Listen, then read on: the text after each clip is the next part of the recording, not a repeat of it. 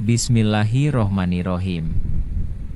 Assalamualaikum warahmatullahi wabarakatuh. Alhamdulillah, kita kembali lagi hari ini dalam keadaan sehat serta dapat mendengarkan kisah-kisah para nabi. Dan kali ini kita membahas tentang kisah Nabi Yusuf alaihi salam. Selamat mendengar. Pada suatu malam ketika Yusuf masih kecil, ia bermimpi dengan mimpi yang menakjubkan. Ia bermimpi melihat 11 bintang, matahari, dan bulan bersujud kepadanya. Ketika ia bangun, maka ia langsung mendatangi ayahnya, Nabi Yakub alaihi salam, untuk menceritakan mimpinya itu. Ayahnya pun langsung memahami takwilnya, dan bahwa akan terjadi pada anaknya suatu urusan yang besar. Maka ayahnya segera mengingatkan Yusuf agar tidak menceritakan mimpinya itu kepada saudara-saudaranya yang nantinya setan akan merusak hubungan mereka dan berhasad kepadanya atas pemberian Allah itu. Yusuf pun menaati saran ayahnya. Nabi Yakub alaihi salam sangat sayang kepada Yusuf sehingga membuat saudara-saudaranya merasa iri dengannya. Saudara-saudara Yusuf pun berkumpul untuk membuat makar kepadanya agar Yusuf dijauhkan dari ayahnya dan kasih sayang itu beralih kepada mereka. Salah seorang di antara mereka mengusulkan untuk membunuh Yusuf atau membuangnya ke tempat yang jauh agar perhatian ayahnya hanya tertumpah kepada mereka saja. Setelah itu mereka bertobat kepada Allah Subhanahu wa Ta'ala, akan tetapi di antara mereka ada yang menolak usulan dibunuhnya Yusuf. Ia hanya mengusulkan agar Yusuf dimasukkan ke dalam sumur yang berada jauh agar nanti ditemukan oleh kafilah yang lewat, lalu mereka mengambil dan menjualnya. Ternyata usulan inilah yang dipandang baik dan diterima mereka. Dengan demikian, kesimpulan kesepakatan mereka adalah hendaknya Yusuf diasingkan dan dijauhkan dari tengah-tengah mereka. Mulailah mereka berpikir bagaimana caranya agar rencana mereka itu dapat terlaksana dengan baik. Setelah itu, mereka pun menemukan caranya. Mereka pun datang kepada ayah mereka dan berkata, "Wahai ayah kami, apa sebabnya kamu tidak mempercayai kami terhadap Yusuf, padahal sesungguhnya kami adalah orang-orang yang menginginkan kebaikan baginya. Biarkanlah dia pergi bersama kami besok pagi, agar dia dapat bersenang-senang dan dapat bermain-main, dan sesungguhnya kami pasti menjaganya." Nabi Yakub berkata, "Sesungguhnya kepergian kalian bersama Yusuf sangat menyedihkanku dan aku khawatir kalau dia dimakan serigala, sedangkan kalian lengah darinya." Mereka menjawab, "Jika ia benar-benar dimakan serigala, sedang kami golongan yang kuat, sesungguhnya kami kalau demikian adalah orang-orang yang rugi." Quran Surat Yusuf, November 14. Maka pada pagi hari, mereka keluar membawa Yusuf ke gurun sambil menggembala kambing-kambing mereka. Setelah mereka berada jauh dari ayah mereka, maka mulailah mereka melakukan rencana itu. Mereka berjalan hingga tiba di sumur. Lalu mereka melepas baju Yusuf dan melempar Yusuf ke dalamnya.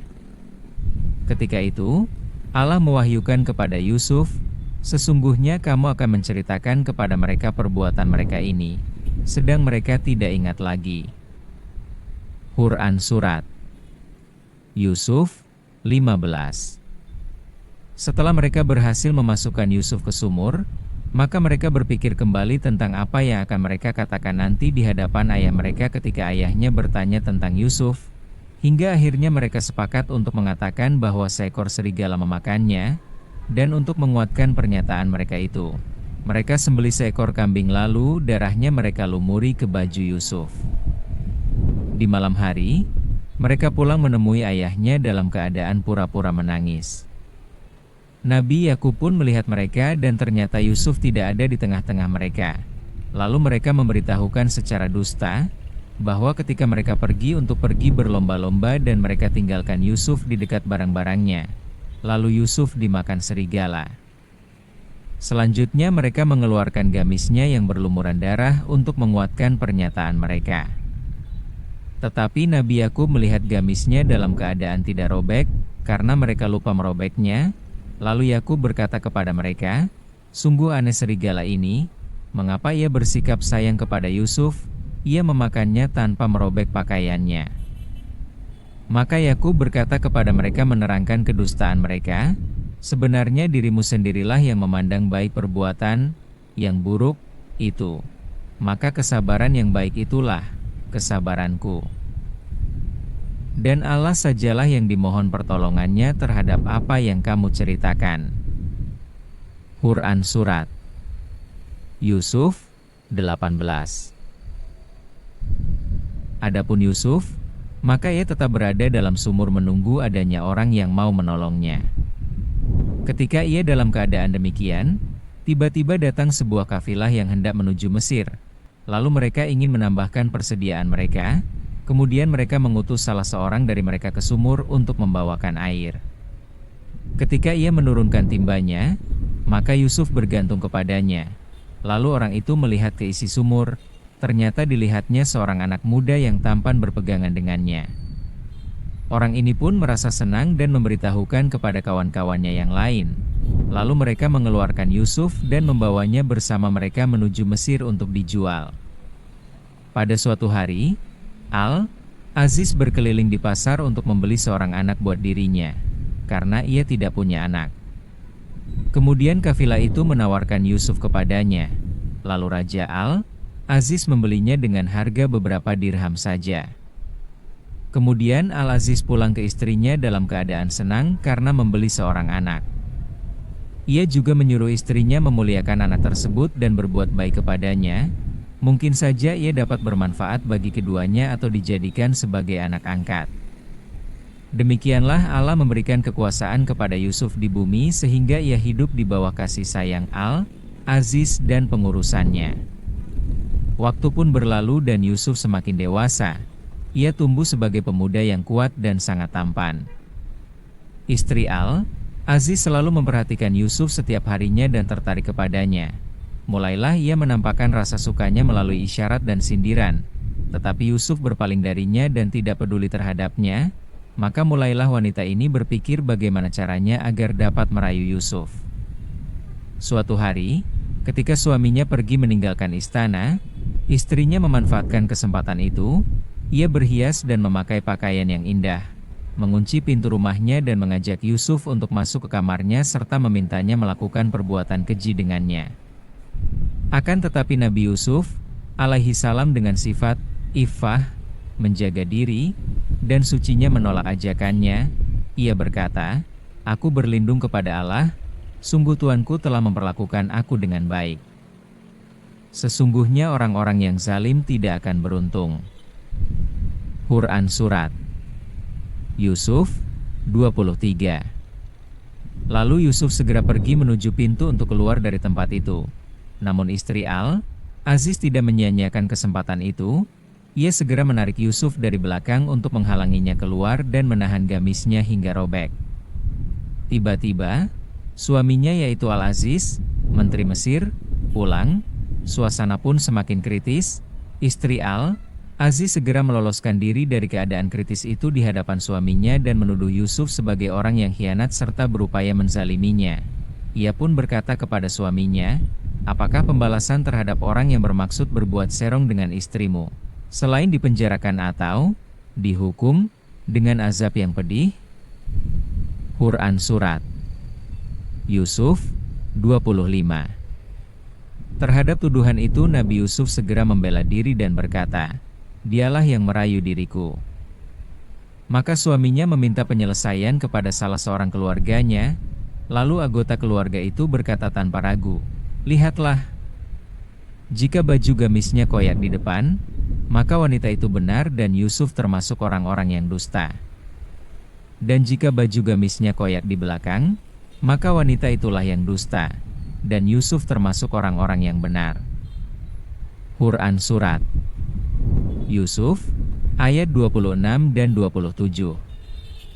Lalu suaminya menoleh kepada istrinya dan berkata kepadanya, "Sesungguhnya kejadian itu adalah di antara tipu daya kamu. Sesungguhnya tipu daya kamu adalah besar." Quran Surat Yusuf 28. Selanjutnya Aziz meminta Yusuf untuk membiarkan masalah ini dan tidak membicarakannya di depan seorang pun. Lalu suaminya meminta istrinya meminta ampun kepada Allah atas dosa dan kesalahannya. Penduduk Mesir meskipun mereka menyembah patung, namun mereka tahu bahwa yang dapat mengampuni dan menyiksa hanyalah Allah Subhanahu wa Ta'ala. Oleh karenanya Aziz menyuruh istrinya meminta ampun kepada Allah Subhanahu wa Ta'ala. Semua pihak pun sepakat untuk menyembunyikan masalah ini. Namun demikian ternyata berita merayunya istri Aziz kepada Yusuf telah tersebar di istana, dan wanita-wanita kota itu pun telah membicarakannya, yakni bahwa istri Aziz menggoda pelayannya, yaitu Yusuf.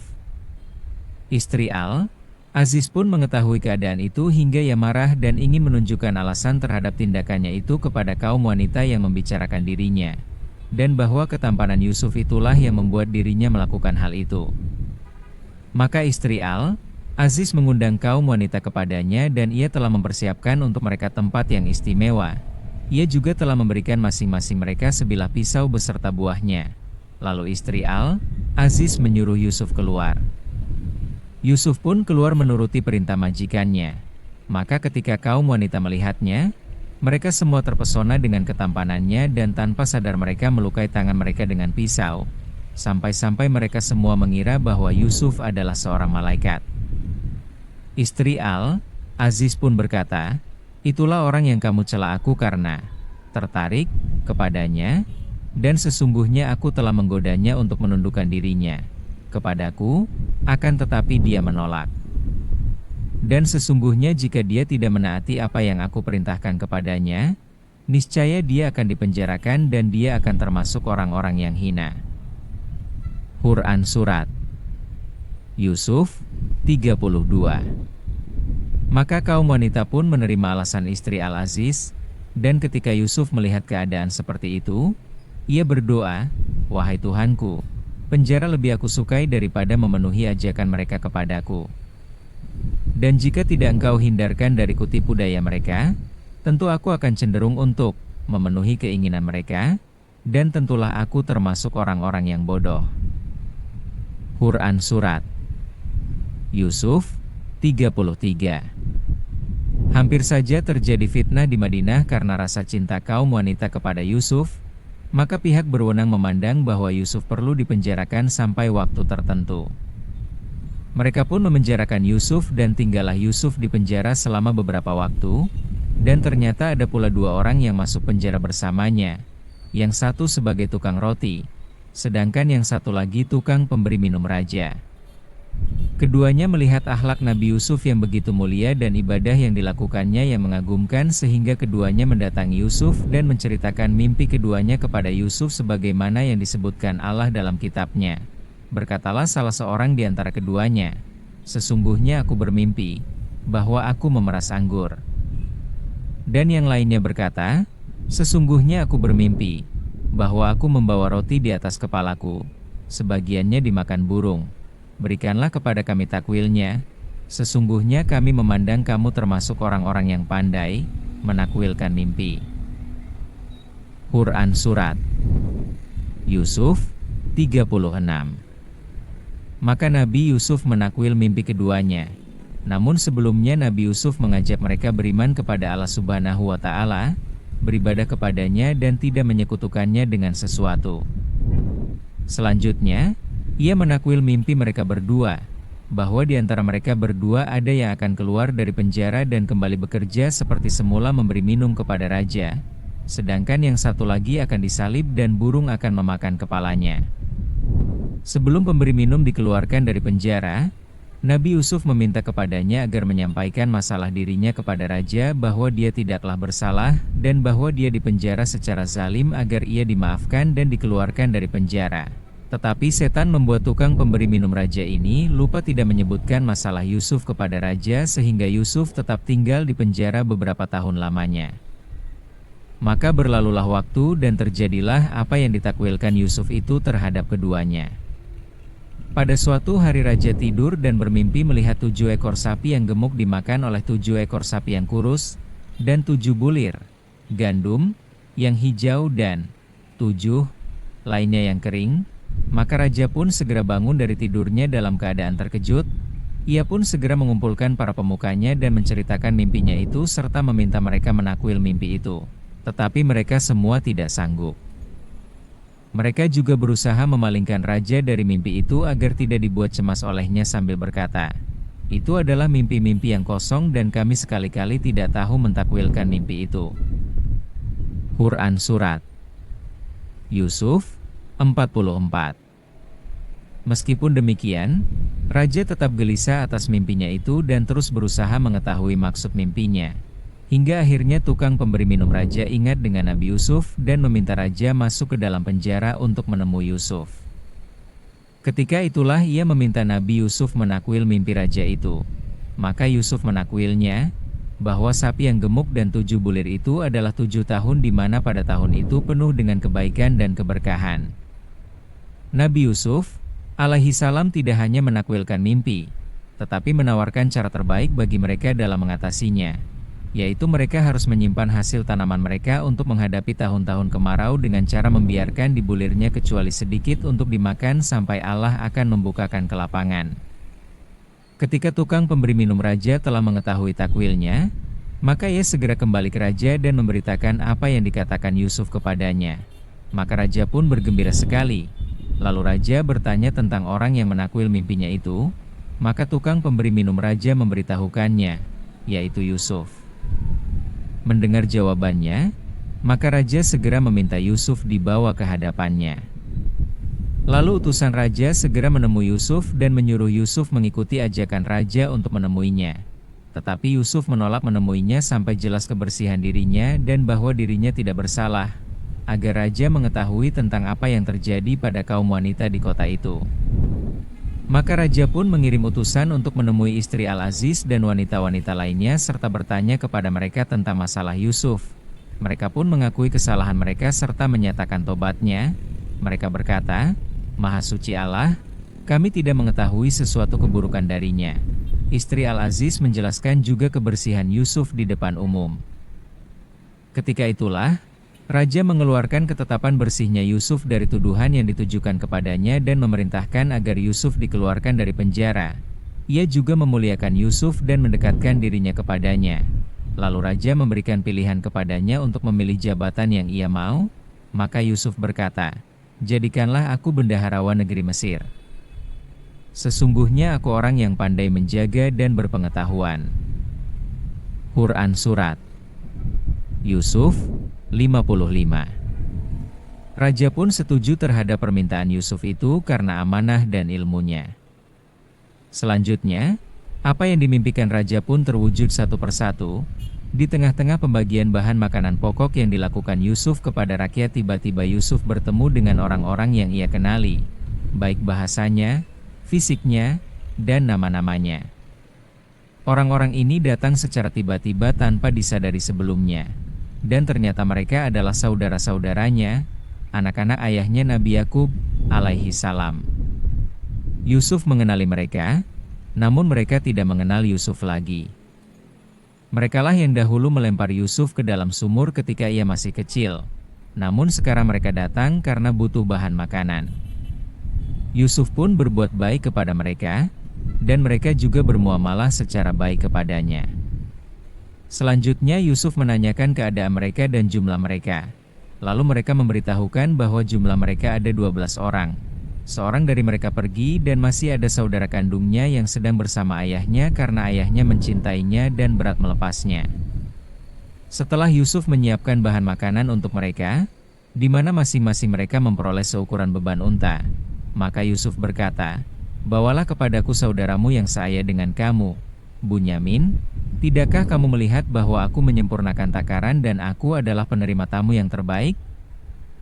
Jika kamu tidak membawanya kepadaku, maka kamu tidak akan mendapat takaran lagi dariku dan jangan kamu mendekatiku." Quran Surat Yusuf, ayat 59 dan 60. Saudara-saudara Yusuf berkata, "Kami akan membujuk ayahnya untuk membawanya kemari, dan sesungguhnya kami benar-benar akan melaksanakannya."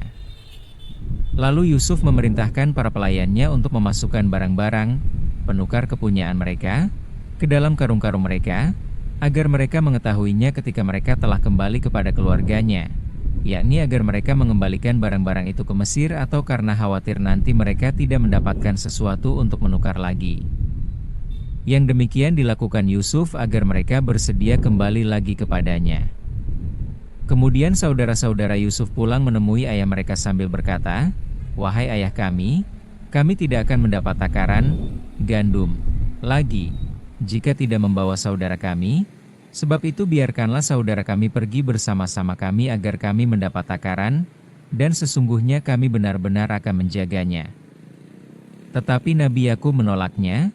Kemudian saudara-saudara Yusuf pergi mendatangi bara mereka untuk mengeluarkan isi barang bawaan mereka. Tetapi mereka dikejutkan dengan adanya bara mereka yang lama yang mereka jadikan sebagai alat tukar. Maka mereka memberitahukan kepada ayah mereka bahwa barang bawaan mereka dikembalikan, dan mereka pun segera mendesak ayah mereka dengan menyebutkan maslahatnya bagi keluarga mereka ketika memperoleh makanan. Mereka juga menguatkan azamnya untuk menjaga saudara mereka, Bunyamin. Mereka juga mendorong ayah mereka dengan sungguh-sungguh agar takaran bagi saudara mereka bertambah, karena Yusuf memberikan untuk setiap orangnya seukuran beban unta. Maka ayah mereka berkata, "Aku sekali-kali tidak akan melepaskannya. Pergi bersama-sama kamu, sebelum kamu memberikan kepadaku janji yang teguh atas nama Allah, bahwa kamu pasti akan membawanya kepadaku kembali, kecuali jika kamu dikepung musuh." Setelah mereka memberikan janji mereka, maka Yakub berkata, "Allah adalah saksi terhadap apa yang kita ucapkan ini." Nabi Yakub juga berpesan kepada mereka dengan berkata, "Wahai anak-anakku, janganlah kamu bersama-sama masuk dari satu pintu gerbang, dan masuklah dari pintu-pintu gerbang yang berlainan, meskipun demikian aku tidak dapat melepaskan kamu barang sedikit pun dari takdir Allah. Keputusan menetapkan sesuatu hanyalah hak Allah. Kepadanyalah aku bertawakal dan hendaklah kepadanya saja orang-orang yang bertawakal berserah diri." Maka saudara-saudara Yusuf pun pergi menuju Mesir. Lanjut part 2. Terima kasih.